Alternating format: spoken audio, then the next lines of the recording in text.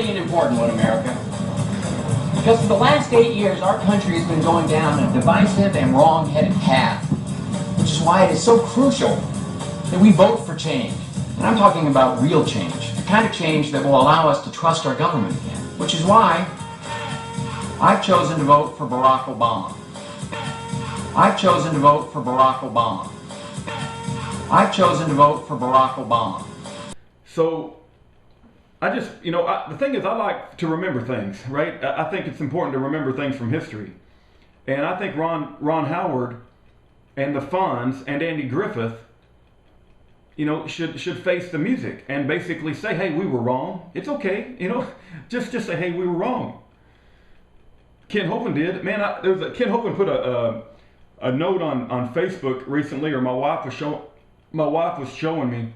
And Ken Hovind has come to a strong belief that the King James Bible is the inerrant word of God. And he ain't, I think he's understanding what is going on. And see, Ken Hovind didn't always believe that. And so Ken Hovind is man enough to say, hey, I'm going through this world and the Lord is showing me some things and it was different than what I used to think. But I'm going to go with the truth. See, so I have huge admiration for Ken Hovind. And, I don't even agree with him on everything. I don't have to agree with you to have admiration for you, But, oh, man, it's just, I feel like I'm in a movie. I'm in a movie and like I'm waiting for Alan Funt to walk out of a closet, and say, hey, it wasn't this funny? We had you going. But I don't think Alan Funt's going to walk out of the closet. Hey, what are you guys willing to die for? You guys think about that? What are you guys willing to die for?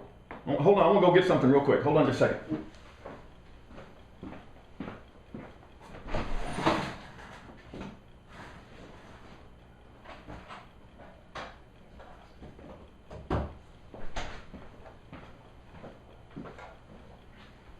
This is a 30-round plastic magazine. Probably is like, I don't know, $2 or $3 to build it. You guys willing to die for this? You guys willing to die to have the right to own one of these? Do some thinking about it. I've done some thinking about it. Let me tell you something. I will not live in a world where I don't have the right to defend myself. And people say, well, does your masculinity depend upon your right to own a gun? No, it has nothing to do with my masculinity or my manhood. You know what it has to do? It has to do with the fact that the Second Amendment was the Second Amendment, right? It must have been important to be number 2. Do you think that our founding fathers thought it was important? Because they made it the second freaking thing they put, the Second Amendment. Must be pretty dang important. But let me ask you this. I don't need it to go hunting. I need it to make sure that I can fight tyranny. And if there's a thing in the Bible, it's a theme that runs throughout the Bible. It's choose you this day, right? Choose you this day whom you will serve. There ain't no fence sitting with the Lord, and there ain't no fence sitting on this gun issue. Either you're going to let the cops and the military and government own high-powered weapons, and you're going to take it away from the citizens, or you're going to say the citizens should have that right too. Because we're not going to disarm ourselves and become subjects and peasants and slaves to this new world order. You're not going to put us in that position, and we ain't going to let you, right? And if you try to do that, if you try to take away our AR-15s and our high-capacity magazines, there are those that are willing to die for a 3-piece of plastic, a $3 piece of plastic, okay? We're willing to die. It's like game over. Let the chips fall where they may. You're not going to disarm the American public. There are some of us that think it's a big deal, and we ain't going to let go of our AR-15s, and we ain't going to let go of our 30-round magazines. It ain't going to happen. It ain't going to happen. Okay? If it's going to happen, it's going to happen over our dead bodies. You're not taking them away, and we're not turning them in. Okay. Lance Armstrong. Change the subject on you. Lance Armstrong, my goodness. Lester Roloff was a big disappointment. There's a documentary of him, and it says they stood. Well, Lester Roloff didn't stand. He caved in, right? And I know, look, Peter Ruckman loves Lester Roloff. It sounds like he was a great man, and it sounds like I'm some young whippersnapper blasting a great man. Well, when the time came to stand up, Lester Roloff didn't stand up. Lester Roloff caved in, okay? In that particular situation. Now, Ron Paul's, I'm a defender of the Constitution. I'm a defender of libertarian values. I'm a defender of freedom. Well, Ron Paul, a natural-born citizen, Obama's been proven that his birth certificate's a fraud. Well, that's not an important issue. I don't want to talk about that. Ron Paul, you caved in. You're from Texas, and you make me ashamed to be from Texas. Okay, Lance Armstrong. Lance Armstrong, back in the day, like a decade ago, I don't know, I remember going to work and everybody talking about Lance Armstrong and how great he was, and he's from Plano, Texas. That's just a hop, skip, and a jump away from me. And that pink ribbon, walk for the cure, and everybody's talking about how great Lance Armstrong is. A big fraud. Another huge disappointment for Texas. This ain't the Texas that I grew up in, folks. And I can just imagine people looking out from the outside and say, Texas is full of a bunch of queers and steers and queers. And frauds. Ron Paul caved in. Lester Roloff caved in. We got Lance Armstrong. What happened to the Texans that I grew up with? The ones who defended the Alamo. Lance Armstrong is going to go sit in front of Oprah Winfrey, which is basically one of Satan's wives. You know what I think of Oprah Winfrey? Oh, that's Satan's wife. That's just one of his many wives. And Lance Armstrong's going to spill his guts and confess and ask for absolution. He's not asking for absolution from God Almighty. He's not coming out and repenting for all of his sins and saying, Lord, forgive me. No, he's going to Oprah Winfrey. He's going to get on an interview with her. I'll put the link in the description bar. Oprah Winfrey.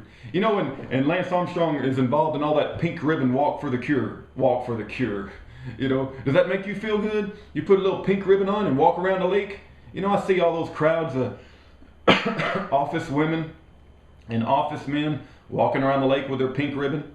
They think they're doing something so good. There's already a cure. You know what you've done? You've been manipulated to make you think that you're doing something special, right? And it makes you feel good, doesn't it? It's like I got up Saturday morning when I didn't have to work, and I put on my pink ribbon, and I got my shorts on, and I walked around the lake for a cure, And at the end of the time, you think you raised some money to send to some scientist somewhere to do research and development to make a cure. Well, there's already a cure. Watch G. Edward Griffin. He has a movie and a book called World Without Cancer, right? And there's all kinds of different things that they could do to get rid of cancer. But you know what? They would rather do chemotherapy, which is poisoning you, or radiation, which is poisoning you, or cut your breast off. And then once they've destroyed your immune system, you know what they want to do? Well, hey, go get a flu shot. As soon as you get that flu shot, after you've had a destroyed immune system, boom, you're going to be dead in 2 weeks. 2 weeks, you're going to die. Let me tell you something. There are some of you that might have had some surgeries or radiation, and you say, hey, that saved my life. And so don't knock all that stuff. You know what the reoccurrence rate is? More than likely, you're going to get cancer again. And you know what? They might let you live for 6 months, a year, might be 5 years, might be 7 years, I don't know, 10 years. But more than likely, that stuff's going to come back. I've seen it happen over and over again in my own family. I know family members that were told they were cured, that chemotherapy did the job. Chemotherapy cured you of cancer. Okay, 6 months later, it's back. Oh, it's back again. Okay, chemotherapy, radiation, mastectomies, and surgeries are not the way to treat cancer. It's not the way. Now, there might be small instances where there have been cures, but there are a lot better cure rates than those three things: cut, poison, and burn. And but they won't let these other treatments, these natural treatments with nutrition and amygdalin and vitamin B17 and hemp oil. They won't let any of those come to market because that don't make any money for the pharmaceutical companies.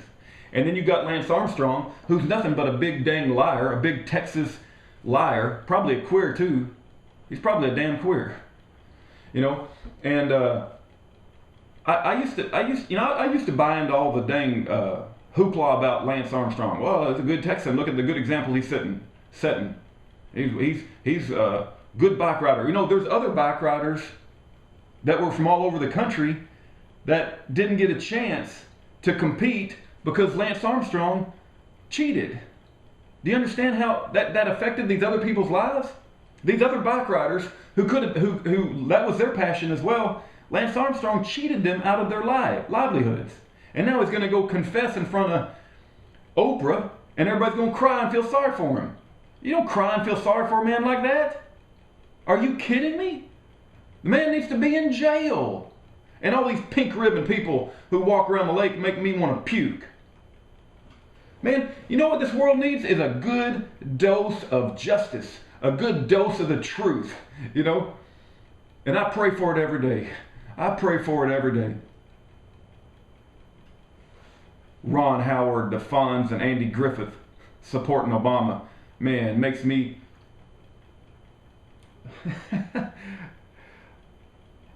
May God bless and protect the Bible believers, and may God bring divine justice to the wicked people of the world.